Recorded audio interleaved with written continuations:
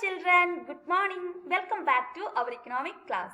We were discussing chapter 5, Human Capital Formation in India.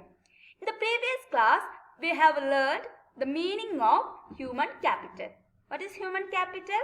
Human capital means competent people who have themselves been educated and trained as professors and other professionals. Then there are different sources of human capital. Among this, education and health are very important. Apart from education and health, expenditure in on-the-job training, expenditure on migration, and expenditure on acquiring information related to job market and other market are also a source of human capital formation.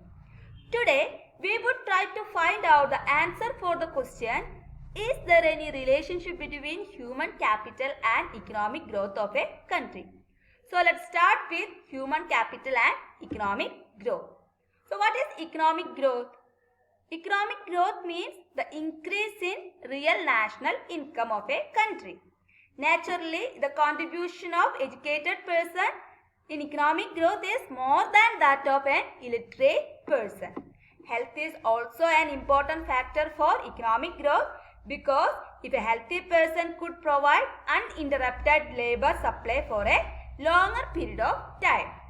As we discussed earlier, education and health along with many other factors like on-the-job training, job market, information and migration increase individuals' income generating capacity and also economic growth of a economy. From all this, we can understand that human capital formation means increase in the productivity of human capital and also stimulate innovations and creates ability to absorb new technology. In human capital formation, education plays an important role by providing knowledge to understand changes in society and scientific advancement. This facilitates innovations and inventions and also helps to adapt new technology, and all these are essential for economic growth. But due to measurement problem, it is very difficult to prove the relationship between human capital and economic growth. For example, how do we measure education and health services? Education measured in terms of years of schooling, teacher-pupil ratio and enrollment rate, etc. Then health services are measured in terms of life expectancy and mortality rate. But these indicators may not reflect the quality of education and real health status of a country. Whereas economic growth is measured in terms of real per capita income. That means it uses different criteria for the measurement. The criteria for measuring education and health is different from economic growth measurement. So it is very difficult to prove the relationship between human capital and economic growth due to this measurement problem. Human capital growth in developing countries has been faster, but growth of per capita real income has not been that much faster. From this, we can understand that the relationship between human capital and economic growth flows in two directions. That is, either high income causes high human capital or high level of human capital causes growth of income. So it is flows in two directions. That means rise in human capital leads to modern attitudes and outlook, better quality of life, higher life expectancy, and all this lead to more efficiency, and this more efficiency leads to increase in production and also economic growth. In same manner, rise in economic growth leads to rise in per capita income, and rise in per capita income provide more investment in education and health, then it leads to rise in human capital. So the relationship between economic growth and human capital flows in two directions. Then in India, under the 7th 5-year plan, HRD or Human Resource Development was assigned a key role in developmental strategy, that is trained and educated on sound lines. In our country, growth and human capital have grown simultaneously. Growth in each sector has reinforced the growth of other sectors. So, two independent reports on the Indian economy in recent times have identified that India would grow faster due to its strength in human capital formation. So, the two reports are, first one, Global Growth Centers report published by Deutsche Bank, it's a German bank. According to their report, India will emerge as one among 4 major growth centers in the world by the year 2020. And also there is another report that is published by World Bank. World Bank published its report named as India and Knowledge Economy. This report states that India should make a transition to the knowledge economy, and if it uses its knowledge, then the per capita income of India will increase from a little over $1,000 in 2002 to $3,000 in 2020. These two reports point out the fact that further human capital formation in India will move its economy to a higher growth. Next, we moving to the topic human capital and human development. Is there any difference between human capital and human development? Yes, there is a clear distinction between human capital and human development. Human capital is a narrow term, whereas human development is a broader term.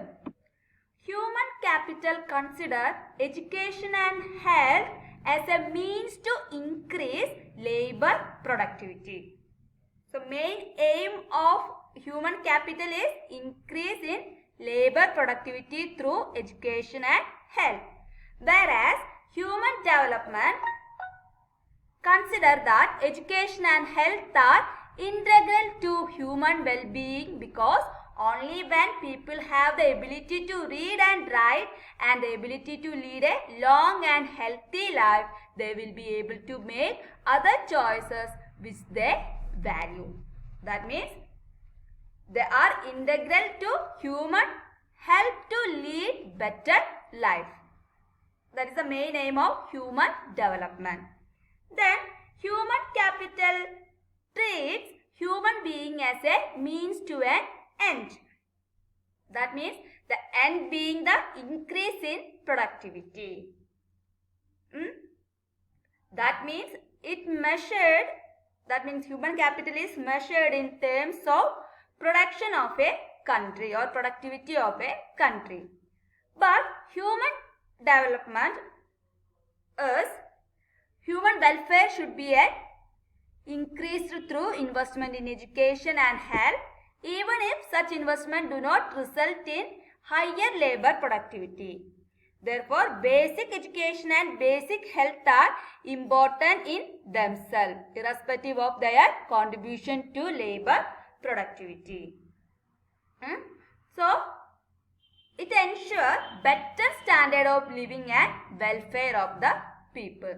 The main aim of human capital is increase in labor productivity, but the aim of human development or the purpose of human development is the welfare of people and ensure better standard of living.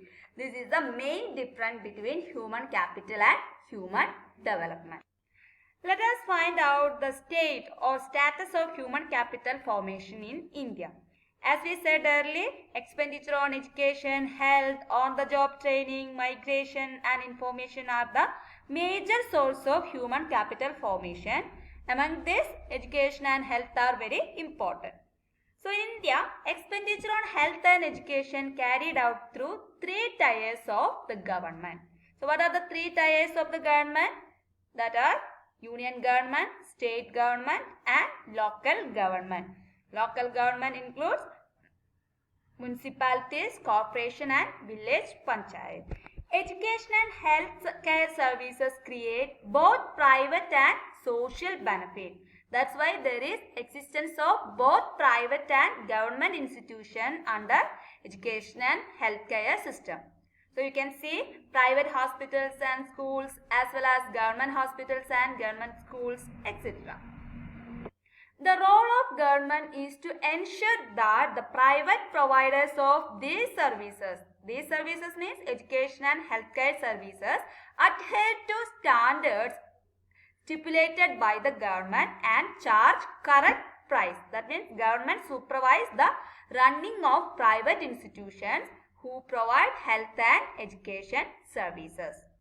Next, we are moving to different organizations under education sector. In India, we have ministries of education at union and state level and also various organizations. So, the various organizations under education sector are, first one, NCERT. It is very familiar to you. NCERT, that means National Council of Educational Research and Training. It established in 1961 and it designs textbook up to 12th standard and it forms the basic for school curriculum in India. Okay. Then UGC, University Grant Commission. It became a statutory organization of the Government of India and established in 1956. It works for coordination and maintenance of standards of teaching, examination and research in university education or higher education. Then the next one, AICTE, All India Council of Technical Education. And it aims at developing and promoting qualities of technical education and it established in 1945. So these are the various organizations under education sector in India. The next organization under health sector. In the health sector, we have Ministry of Health at the union and state level and various organizations. The important organization in health sector is Indian Council for Medical Research, ICMR.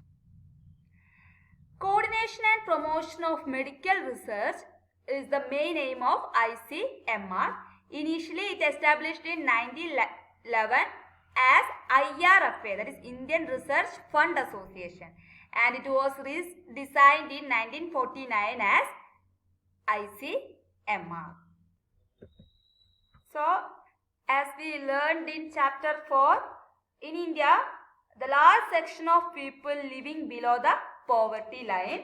Many of us cannot afford to access basic education and healthcare facilities. Moreover, a substantial section of our people cannot afford to reach super specialty healthcare and higher education. Furthermore, when basic education and healthcare is considered as a right of the citizens, then it is essential that the government should provide education and health services free of cost for the deserving citizens and those from the socially oppressed classes. Both the union and state governments have been stepping up expenditure in the education sector over the years in order to fulfill the objective of attaining 10% literacy and considerably increase in average educational attainment of Indians. So students, today we have discussed about the relationship between human capital and economic growth and human capital and human development and state of human capital in India. They are very important topics, so you have to read your textbook very well and also have to watch the URL attached with this video and attend the test paper, download your notes and make use of these resources. So see you in the next class. Bye.